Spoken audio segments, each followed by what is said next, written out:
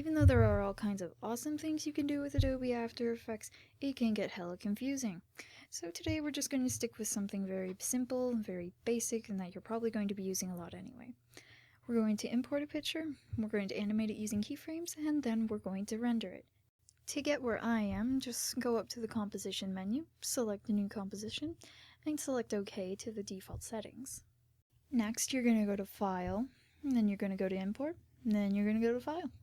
Then you're going to scroll around till you find the image you want to use, which in my case is called werewolf.psd. Werewolf kind of looks like a weasel, but for the hell of it, I'm just going to call him Carlton. As we can see, Carlton has appeared over here on the left, so to get him into our composition, we're going to click and drag the file over. But as we can see, he's freaking huge, so we're going to have to resize him. To resize Carlton, we're going to click on this triangle right here, which will open up a drop-down menu, which will then give us the exciting option to open up another drop-down menu. This drop-down menu is called the Transform menu, which, as the name suggests, gives us the option to transform whatever we have selected in various ways. One of the options for transform that we have is scale, so we're going to click and drag this option until we find a size for Carlton that we like. That looks good, so now let's just shove him in the corner. Beside each transformation option is a little stopwatch. Clicking that stopwatch will allow us to start putting keyframes on our timeline. Now we're going to move our timer up to 5 seconds in order to put our next keyframe on. When I move Carlton up into the other corner, After Effects is going to automatically put another keyframe on the timeline for me, and it will also show the trail that Carlton will take when I play the video. And now we get to witness Carlton's beautiful ascent into purple heaven. We can have more than one transformation on the timeline at a time. So, to show this, we're going to make Carlton rotate at the same time that he slides up into heaven.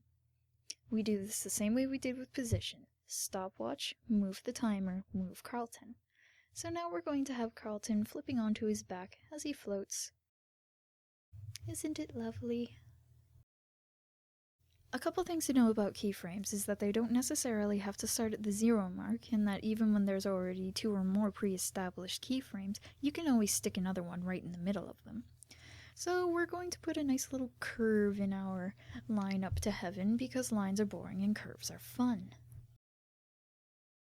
We're also going to mess with the opacity option so that instead of just being Carlton while he goes up to heaven, he's gonna be Ghost Carlton. So now we can watch Ghost Carlton ascend into purple heaven, and we feel that this is a truly beautiful thing, and we would like to render it so that we can share it with other people. To render, we're going to shut down all these menus. We're going to highlight everything that's in our workspace, which in this case is only Carlton, and we're going to add to render queue. This will give us several options of how we want to render it, but the only ones we're really going to focus on right now is what we're going to call it. Carlton. Duh, what did you think I was going to call it? And we're going to save it to the desktop. Now that that's all taken care of, we're going to press the render button and just let Adobe After Effects do its thing. And once we hear that lovely little bing that lets us know that the rendering is complete, we go to our desktop and voila, there's Carlton just sitting there waiting for us.